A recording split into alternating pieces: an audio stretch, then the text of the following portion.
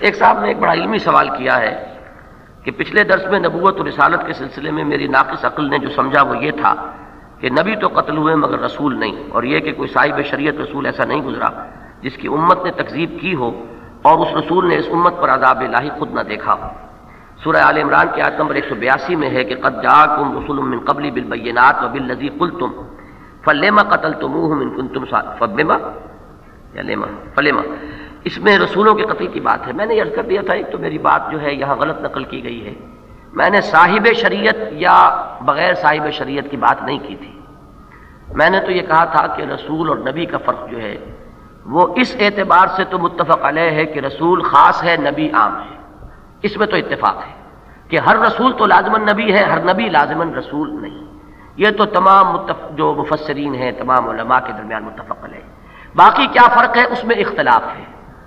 کسی کا خیال ہے کہ جو نئی شریعت لے کر آئے وہ رسول اور جو سابق شریعت پر آئے وہ نبی۔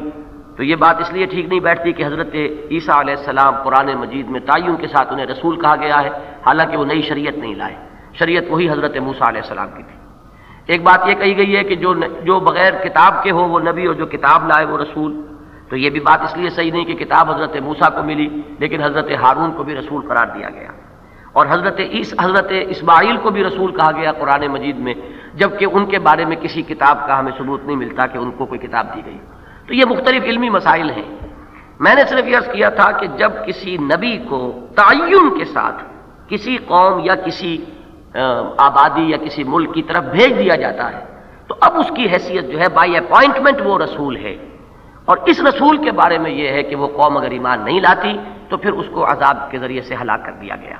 یہی واقعہ حضرت نوح کا ہے، حضرت ہود کا، حضرت صالح کا، حضرت لوط کا، حضرت شعیب کا اور آل فرعون کا ہے کہ اسی قاعدہ کلیہ کے تحت قومیں ہلاک کی گئیں، اور اسی قاعدہ کلیہ کے تحت یہود ہلاک ہوں گے حضرت مسیح علیہ السلام ہی کے دست مبارک سے، اس لیے کہ ان کی طرف رسول بنا کر بھیجے گئے تھے، وَرَسُولًا إِلَىٰ بَنِي اسرائیل۔ بس یوں سمجھ لیے کہ ان کا ججمنٹ ریزروڈ ہے، اللہ تعالیٰ نے درمیان میں ان کو اٹھا لیا ہے، وہ آئیں گے اور بنی اسرائیل کو ان کے کیفر کردار تک پہنچانے کا کام بالآخر حضرت مسیح علیہ السلام ہی سر انجام دیں گے۔ باقی چونکہ نبی اور رسول کے الفاظ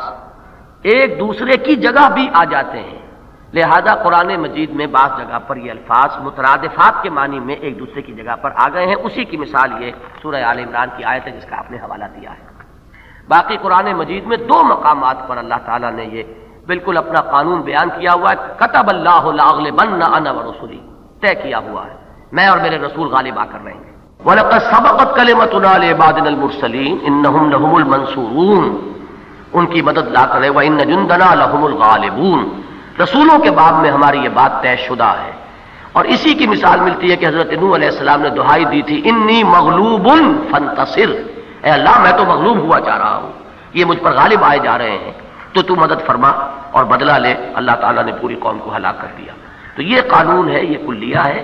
اور کوئی تاریخی اعتبار سے اس میں استثناء ثابت نہیں ہے۔ الفاظ میں بعض جگہ پر نبی کی جگہ رسول، رسول کی جگہ نبی، مومن کی جگہ مسلم، مسلم کی جگہ مومن، اسی طریقے سے جہاد اور قتال میں جہاد کی جگہ قتال، قتال کی جگہ جہاد، یہ جو قریب المفہوم الفاظ ہوتے ہیں وہ ایک دوسرے کی جگہ پر استعمال ہو جاتے ہیں۔ اب دعا مانگ لیجیے۔ الحمدللہ الذی ہدانا لہذا وما كنا لنہتدی لولا ان ہدانا اللہ، ربنا لا تزغ قلوبنا بعد إذ هديتنا وهب لنا من لدنك رحمة إنك أنت الوهاب۔ اے اللہ اگر کوئی بات میری زبان سے غلط نکلی ہو، اے اللہ اسے لوگوں کے حافظے سے محو فرما دے۔ اے اللہ جو کچھ میں نے عرض کیا ہے اگر وہ صحیح ہے تو اسے لوگوں کے دلوں میں جاگزیں فرما اور انہیں اس پر عمل کرنے کی ہمت اور توفیق عطا فرما۔ وصلی اللہ تعالی علی خیر خلقہ محمد وآلہ واصحابہ اجمعین برحمتک یا ارحم الراحمین۔